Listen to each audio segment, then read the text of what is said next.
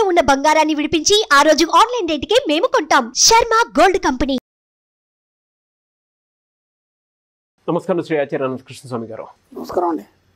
చాలామంది వీడియోస్ చూసిన తర్వాత మంచి ఫీడ్బ్యాక్ ఇస్తున్నారండి. అండ్ నేను ఎవరైతే ఏ గెస్టులతోటైతే వీడియోస్ చేస్తూ ఉన్నానో అనంతకృష్ణ స్వామి గారి సబ్జెక్ట్ చూసిన తర్వాత మాకంటూ కొంత క్లారిటీ వచ్చింది. అండ్ సబ్జెక్ట్ వీఆర్ లెర్నింగ్, ఒక చోటే ఆగిపోదాం అనుకోవట్లేదు మేము. సో ఒక సిరీస్ని ఇన్ని విధాలుగా కంటిన్యూ చేసి సబ్జెక్ట్ని ఇంత బాగా ఇంత ఈజీగా ఆడియన్స్కి చేకూర్చేలా చేస్తారని ఎప్పుడూ ఎక్స్పెక్ట్ చేయలేదు. బట్ అంత మంచి సబ్జెక్ట్ అన్ని రోజులు చేశారు అని అంటే దాని నుంచే మేమందరం వచ్చాము అని నేను వర్క్ చేస్తున్నటువంటి వాళ్ళే నాకు చెప్పారు. అంతే కదా సార్, అంతే కదా. సో అది మీకు చెప్పాలి అనిపించింది వీడియో ముఖంగా, అందుకే చెప్తున్నాను. Thank you so much for that అండి. అంటే అది వెరీ ఇన్స్పైరింగ్ ఫర్ అస్. ఈ సిరీస్లో భాగంగానే అదంతా జరిగింది కాబట్టి ఒక్కొక్కరు మోటివేట్ అయ్యారు అని అంటే because of that only. Thank you so much once again. And ఆడియన్స్కి కూడా అదేవిధంగా థ్యాంక్ యూ సో మచ్. చాలామంది ఇన్స్పైర్ అవుతున్నారు, క్లాసెస్ కూడా అంతే విధంగా అడుగుతున్నారు. సో ఎప్పుడు ఎక్కడ ఏ విధంగా ఉండే అవకాశం ఉందంటే మనకి క్లాసెస్ ఇప్పుడు కంటిన్యూ నడుస్తున్నాయండి, బాగానే వస్తున్నారు జనాలు. ఇంకా సబ్జెక్ట్ని మనం ఇంకా ఎంత వీలైతే అంత సులభతరం చేస్తూ ఎంత వీలైతే అంత పబ్లిక్ రీచ్ అయ్యేలా మనం ఇంకా సబ్జెక్ట్ని రూపొందించడం జరుగుతుంది. అంటే ఎవ్రీ క్లాస్లో మనం ఇంకా కొత్త చెప్పడం జరుగుతుంది, ఎంత వీలైతే అంత సులభతరం చేయడం జరుగుతుంది. రెండు కూడా ప్రతి క్లాస్లో నేను మెయింటైన్ చేయడం అనేది జరుగుతుంది. ఎందుకంటే మళ్ళీ పాత వాళ్ళు కూడా చాలామంది వస్తారు క్లాస్కి, అంటే ఇంకా కొత్తగా నేర్చుకోవడానికి. వాళ్ళు ఎంత నేర్చుకున్నా మళ్ళీ ఇంకా కొత్తగా నేర్చుకోవడానికి ఇంకేం చెప్తారనే ఉద్దేశంతో వస్తుంటారు. అందరు మంచిగా రీచ్ అవుతున్నారు, అందరు హ్యాపీగా ఉన్నారు. ఇంతకుముందు ఉన్న పరిస్థితులు మాత్రం ఎవరికి లేవు. మనకి ఇప్పుడు ఈ మంత్లో ఈ 2022 ఇప్పుడు ఈ వైజాగ్లో నవంబర్ 27 ఉందండి. అలాగే డిసెంబర్ 4 కర్నూలు ఉంది. డిసెంబర్ 11 మనకు మళ్ళీ రాజమండ్రిలో ఉంటుందండి. రాజమండ్రిలో డిసెంబర్ 11. అలాగే డిసెంబర్ 28 హైదరాబాద్లో ఉంటుంది. డిసెంబర్ 25 మళ్ళీ బెంగళూరులో ఉంటుందండి. ఈ విధంగా క్లాసెస్ షెడ్యూల్స్ ఉన్నాయి. దీన్ని బట్టి మీరు తొందరగా ఎన్రోల్ చేసుకోండి. కొద్దిగా జనాల రష్ కూడా ఎక్కువగానే ఉంది. తొందరగా ఎన్రోల్ చేసుకుంటే మేము ముందు సీట్ దొరికే అవకాశం ఉంది. ఎంతైనా మనం దగ్గర ఉండి వినడం వేరు, వెనకాల ఉండి వినడం వేరు. దానికోసం తొందరగా మన టైంకి రీచ్ అయితే క్లాస్ కూడా మనకు తొందరగా ఇది అవుతుంది. ఎక్కడెక్కడి నుంచి వస్తారు. ఇంకా మంచిది ఏంటంటే చాలామంది పాపం ఎంతెంత దూరం నుంచి వస్తారు, నైట్ అక్కడే హోటల్లో స్టే చేస్తారు, ఎర్లీగా లేసి క్లాస్కి వస్తారు. అంటే వాళ్ళకి ఇంట్రెస్ట్. అంటే డబ్బు అనే విషయమే కాకుండా డబ్బుతో పాటు మనం చాలా విషయాలు చెప్తున్నాం. దానికోసం ఏంటంటే అవన్నీ తెలుసుకొని నేర్చుకొని జీవితంలో పాటించినప్పుడు ఏమవుతుందంటే ఒక సక్రమమైన మార్గంలో మనిషి నడవగలుగుతాడు. దానికోసం ఇది మంచి బెనిఫిట్ అవుతుంది. అందరికీ కృతజ్ఞతలు. మరి నన్ను ఆదరిస్తున్నట్టు మన అందరినీ, మన వీడియోల్ని అన్నింటిని ఆదరిస్తున్నందుకు ప్రేక్షకులందరికీ కృతజ్ఞతలు. అలాగే అందరు రిసీవ్ చేసుకొని దాన్ని పాటిస్తూ ఇది నిజమని నమ్మి దాన్ని ఫాలో అవుతున్నందుకు మరీ కృతజ్ఞతలు. Thank you sir. Thank you so much Shri Acharya Anantakrishna Swami గారు. థ్యాంక్ యూ అండి. 436వ మనీ మంత్ర వీడియో. సో ప్రీవియస్ వీడియోలో ఒక మాట మీరు చెప్పడం జరిగిందండి. ఎంత డీప్ అనాలిసిస్ ఉంటే తప్ప మాట రాదు. ఒక అసంతృప్తిని సంతృప్తిగా ఏ విధంగా మార్చుకోవాలి అనేటువంటి సబ్జెక్టే. అప్పుడే మనం ఏ విధంగా హ్యాపీగా ఉంటాము అండ్ ఏ విధంగా మనం లైవ్లో ఉంటాం అనేది చెప్పడం జరిగింది. Very good subject. సో ఈ వీడియోలో ఏం చెప్తాం? సుప్తచేతనాత్మక మనసుకున్న శక్తి అనే దాని మీద మన సబ్జెక్ట్ నడుస్తుంది. ఓకేనా? అంటే సబ్కాన్షియస్ మైండ్ ఎలా పనిచేస్తుంది, దానికి ఉన్న పవర్స్ ఏంటి. ఓకేనా? అప్పుడు మనం ఇప్పటిదాకా మనం ఏం చేసామంటే అది ఎవరికి తెలియని సబ్జెక్ట్ అనుకున్నాం మనం. ఎందుకంటే సామాన్యంగా ఇది అర్థమయ్యేది కాదు. వాడు దీన్ని అంతా అనుభవించిన వాళ్ళకి మాత్రమే అర్థమవుతుంది. విచిత్రం ఏం జరుగుతుందంటే అనుభవించిన వాళ్ళకి చెప్పడానికి రాదు సబ్జెక్ట్ ఏందని. అనుభవించిన వాళ్ళకి చెప్పడానికి రాదు సబ్జెక్ట్. నాకు ఈ సబ్జెక్ట్లో సంబంధించినటువంటి చాలామంది మేధావులు కలిశారు. అంటే మనం మించిన మేధావులు చాలామంది ఉన్నారు కదా, వాళ్ళకి ఎక్స్పీరియన్స్ చెప్పారు నాకు చాలామంది. అసలు ఈ సబ్జెక్ట్ని ఇంత సులభతరం ఎలా చేశారు మీరు? ఒకటి, ఎందుకంటే చెప్పడానికి రాదు ఈ సబ్జెక్ట్ని. మనం ఇంత ఉంది అనుకున్నాం, దీనికి ఒక పేరు పెట్టుకుంటే దానికి ఋతంబర అంటామని. కాబట్టి చెప్పడానికి రాదు. అలాంటిది ఆ ఎక్స్పీరియన్స్ని మనమే అనుభవించాలి. చెప్పడానికి రాదు. కానీ దీన్ని ఎలా అంటే ఒక మామూలుగా ఒక ఫ్రెండ్లీగా మాట్లాడుకున్నట్టుగా అంత సులభతరం చేశారు మీరు. అది మీకు ఎందుకు వచ్చింది ఈ ఆలోచన? ఎందుకంటే వాళ్ళు మామూలు వాళ్ళు కాదండి. ఈ సబ్జెక్ట్లో చాలా పండిన వాళ్ళు, అలాగే నాకంటే వయసులో పెద్దవాళ్ళు. ఇది కాకుండా ఆధ్యాత్మిక పరంగా కూడా వాళ్ళు చాలా ఎదిగిన వాళ్ళు. వాళ్ళు ఆధ్యాత్మిక పరంగా ఏదైనా చెప్పగలరు, ఎంతైనా చెప్పగలరు. కానీ ఈ సబ్జెక్ట్ నిర్వర్తించాలంటే దీన్ని ఏంలా చెప్పాలనేది కొద్దిగా కష్టంతో కూడుకున్న పని. అసలు విషయం ఏంటి? నీకు కావాల్సినవన్నీ నువ్వు పొందడం ఎలా, అవును, ఓకేనా? నీకు కావాల్సినవన్నీ ఎలా పొందాలి అని ఒక మన క్వశ్చన్ వచ్చినప్పుడు ఇది ఎవరు చెప్పరు. నీకు ఎలా పొందాలి, నువ్వు ఏం చేయాలనేది ఇప్పటిదాకా ఎవరు చెప్పలేదు. అయితే మనకిప్పటి వరకు ఉన్నటువంటి పరిజ్ఞానాన్ని బట్టి, మనకున్నటువంటి సామాజిక పరమైనటువంటి మాధ్యమాల వల్ల మనం ఏమనుకుంటామంటే జ్యోతిష పరంగానో లేకపోతే వాస్తు పరంగానో లేకపోతే గ్రహస్థితి బాగలేదో ఇవన్నీ మనం అనుకుంటాం, అంతే కదా? వాటిని మనం ఆశ్రయిస్తాం. వాటిని బట్టే మనం మన యోగంలో ఉందా లేదా, లేకుంటే మన యోగంలో లేదు కాబట్టి ఆ వస్తువును మనం పొందలేము, ఉంటే ఉన్నదని అనుకుంటాం. ఇదే జరిగింది ఇప్పటివరకు. వీటన్నిటికీ భిన్నంగా అంటే వీటితోనేం సంబంధం లేకుండా మనకు మనమే ఒక శక్తిగా మారి మనం అనుకున్నది సాధించుకోవచ్చు అని మనం ఆలోచించినప్పుడు ఏం జరిగిందంటే, ఋషులు, యోగులు, మునులు ఎంతోమంది వాళ్ళ యొక్క జీవిత చరిత్రలు చదివినప్పుడు తపస్సు చేశాడు, ఒక సాధన చేశాడు, దానివల్ల ఎంతో సాధించాడు అనేది మనం ఎన్నోసార్లు చదివాము, ఎక్కడెక్కడో చదివాము, ఎక్కడెక్కడో పొద్దుల వల్ల విన్నాం. ఇప్పుడు ఒక క్వశ్చన్ ఏమొచ్చిందంటే, ఇక్కడ అతను ఎవరి మీద డిపెండ్ కాలేదు, సాధన తనకు తనుగానే చెయ్యాలి. ఓకే, అంటే ఒక వ్యక్తి పక్క నుండి ఇవ్వడము లేకపోతే సపోర్ట్ చేయడం ఉండదు సాధనలో.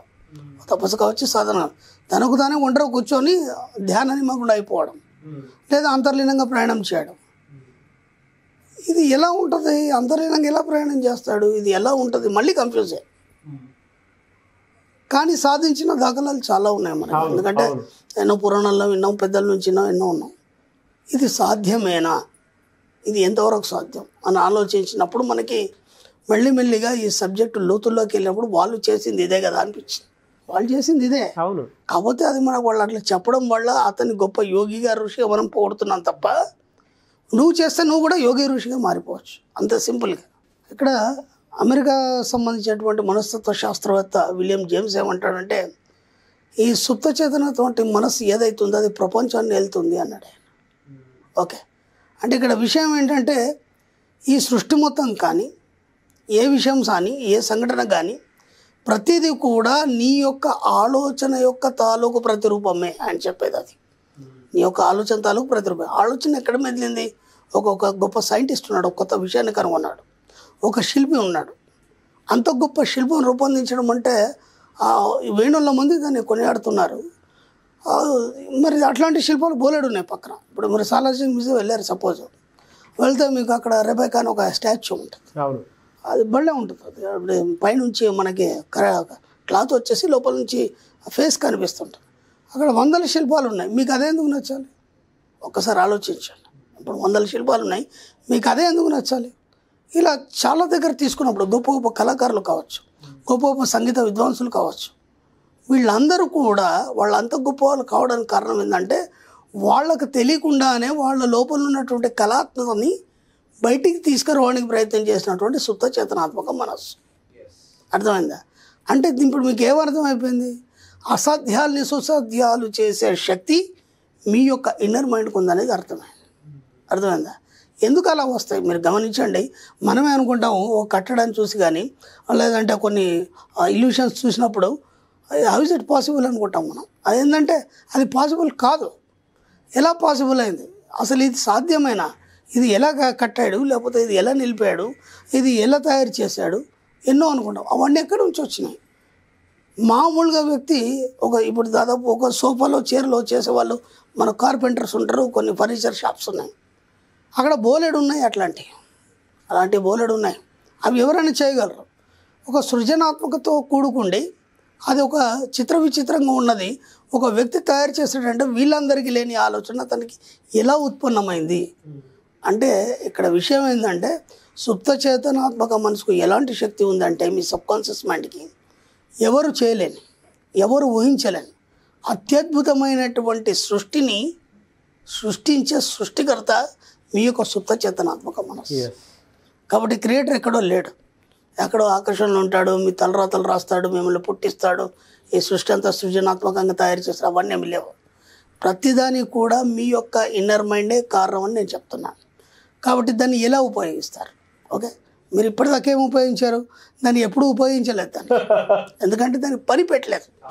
కానీ ఇక్కడ విచిత్రం ఏం జరుగుతుందంటే, మీ చేతనత్వం ద్వారా మీ పనులన్నీ సమకూరుతున్నాయి.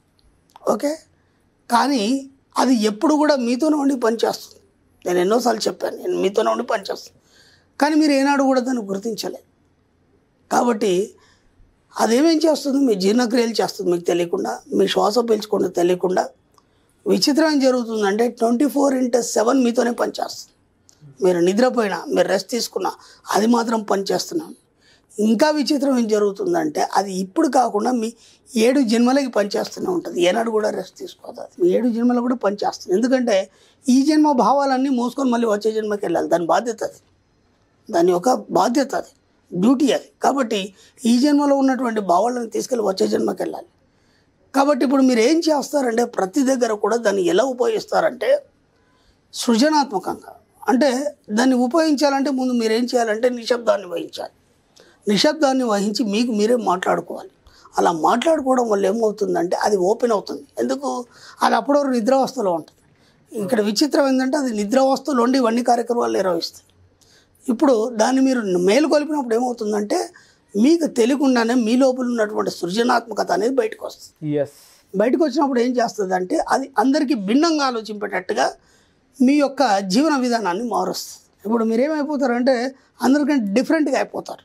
మీ యొక్క లైఫ్ కానీ, మీ లైఫ్ స్టైల్ కానీ, లేదంటే మీ యొక్క పరిసరాలు కానీ మీకు అందరిలో ఉండాలని అనిపించదు. మీరు కంప్లీట్గా డిఫరెంట్గా ఉంటారు, ఒంటరిగా ఉంటారు. మీ ఆలోచనలన్నీ ఈ సమాజానికి భిన్నంగా ఉన్నతంగా ఉంటాయి. మామూలుగా ఉండవు, చాలా ఉన్నతంగా ఉండి ఎన్నో కొత్త విషయాల్ని నేర్చుకోవడం. మీకు ఎవరు నేర్పరు. మళ్ళీ ఇక్కడ విషయం ఏంటంటే మనకు ఎవరో నేర్పడానికి ఒక గురువు కావాలి, ఒక ట్యూటర్ కావాలి, ఏదైనా కావాలి. ఇక్కడ మీ సుప్త చేతనాత్మక మనసు మీకు గురువు అయ్యాన్ని నేర్పుతుంది. నేను ఎందుకు చెప్తున్నాను ఇదంతా అంటే గతంలో మంచి మంచి సీనియర్లు, గొప్పవాళ్ళు, ఈ సబ్జెక్ట్ తెలిసిన వాళ్ళు నా దగ్గరకు వచ్చారు కదా, వాళ్ళు అదే చెప్తున్నారు. అప్పటి వరకు మాకు తెలిసినంత వరకు ఒక వయసు వచ్చేంత వరకు కొందరు గురువులను ఆశ్రయించాం. ఉన్న ఫలంగా ఆ గురువులు ఎక్కడికి వెళ్ళిపోవడం కానీ, లేకపోతే పరమపదించడం కానీ ఇవన్నీ జరిగిపోయినాయి. మాకు ఇప్పుడు మార్గదర్శకులు ఎవరు అని మేము వెతుకుతున్న సమయంలో గురుగారు చెప్పినటువంటి ఒక ధ్యాన పద్ధతులు మేము ఇంటర్నల్గా వెళ్ళినప్పుడు మా యొక్క సుప్త చేతనాత్మక మనసే మాకు గురువై దారి చూపిస్తూ ముందుకు నడిపించింది. వాళ్ళు ఎంత గొప్ప చెప్పారు చెప్పండి ఒక్కసారి ఆలోచించండి. కాబట్టి నేను అందుకే నేను 100,000 సార్లు చెప్పాను, మనం ఎవరిని ఏమి అడగడానికి లేదు. వీడియోలో కూడా చెప్పాను, క్లాస్లో కూడా చెప్తాను, ఎవరిని ఏమి అడగడానికి లేదు. ఎందుకంటే అడిగావంటే నువ్వు శిష్యుడు, వాడు గురువు అన్నట్టే. వాడు ఇచ్చిన ఇష్టం ఉన్న సలహాలు ఇస్తాడు. కాబట్టి నువ్వు ఎవరిని అడగకుండా నీ ఇన్నర్ మైండ్ అడిగితే ఏమవుతుందంటే నిజమైన గురువుగా నిల్చొని మీకు ప్రతిదీ దారి చూపిస్తూ బ్రహ్మాండంగా మిమ్మల్ని ఒక ఉన్నత స్థాయిలో నడిపించడం జరుగుతుంది. ఇప్పుడు ఇదంతా ఎలా ఉంటుందంటే ఇంటర్నల్గా జరిగే ప్రక్రియ. ఈ ఇంటర్నల్గా జరిగే ప్రక్రియ మీకే అర్థమవుతుంది తప్ప బయటవాడికి అర్థం కాదు. దీన్ని ఎలా నిర్వచిస్తారు, మీరు ఎలా చెప్పగలుగుతారు, ఎలా ఎక్స్పోజ్ చేయగలుగుతారు? అందుకే ఏం చేయాలి, నిశ్శబ్దాన్ని వహించాలి. ఆ ఆనందాన్ని అనుభవిస్తున్నారుగా మీరు నిశ్శబ్దాన్ని అనుభవించాలి. కాబట్టి ఈ సుప్త చేతనాత్మక మనసు ద్వారా మీరు ఏదైనా చేయొచ్చు. మీ సబ్కాన్షియస్ మైండ్ ద్వారా ఏదైనా కొత్త విషయం కనిపెట్టవచ్చు. ఈ యొక్క మనస్సు ద్వారా మీరు ఈ ప్రపంచాన్ని ఏలొచ్చు. అందుకే చెప్తున్నాడు విలియం జేమ్స్, మీ సుప్త చేతనాత్మక మనసు ఈ ప్రపంచాన్ని ఏలుతోంది. Thank you so much Shri Acharya Anantakrishna Swami గారు. థ్యాంక్ యూ అండి.